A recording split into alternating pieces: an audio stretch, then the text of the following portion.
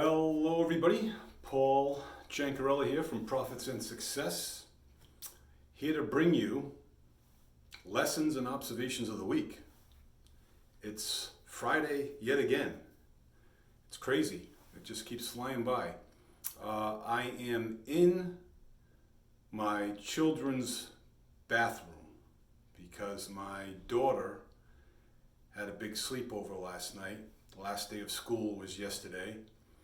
And there are four adolescent girls downstairs. So I didn't want to be in my office adjacent to them sleeping and wake them up.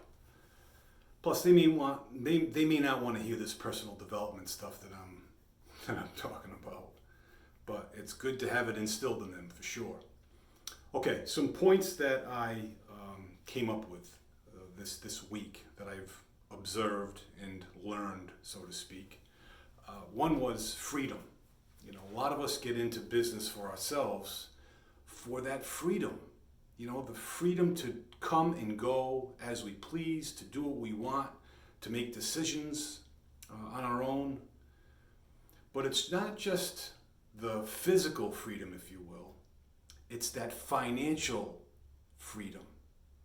So if you work hard enough at your craft and generate a big income, you'll have that financial freedom.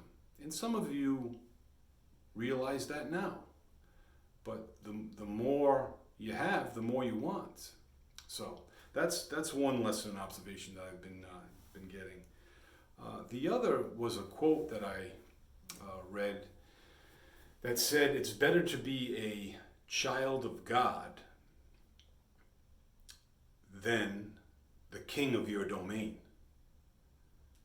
And that may come across a bit abstract to some of you, but essentially, if God is your foundation and you look to God, say, as a father, that is going to get you more places long term than being the king of your surroundings. You know, having that mentality may not fare well long term. So it's something to chew on, so to speak. The other thing is, you know, a majority of people in society, they let life change them instead of changing life. Now you may say, well, what about, you know, death, divorce,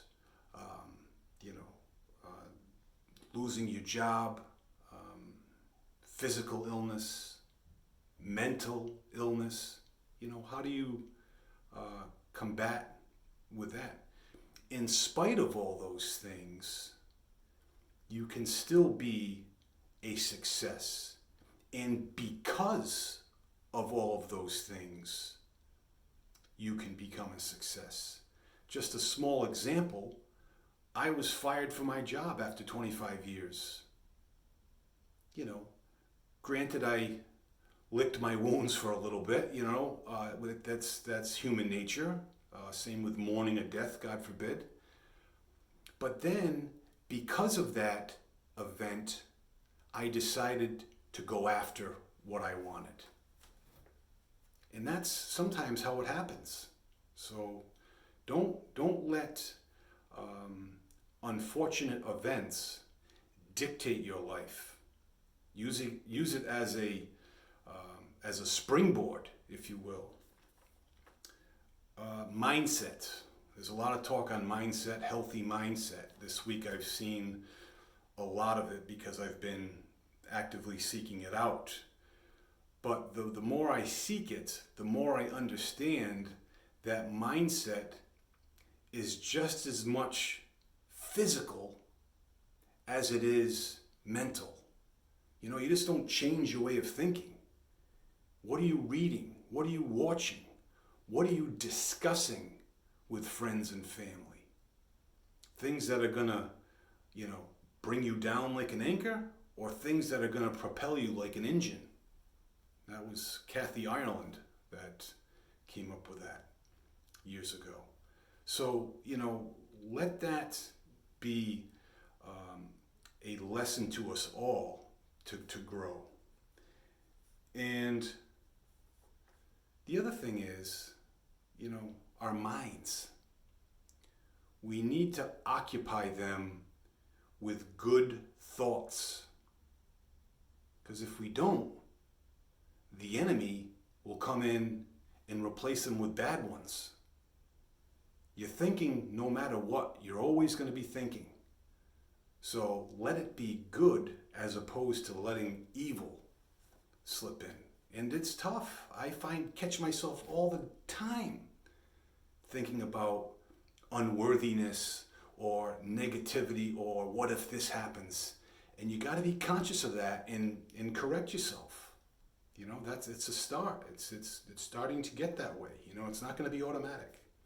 And finally, the letter E plus R equals O. Events. Events are going to happen in your life. Good, bad, indifferent.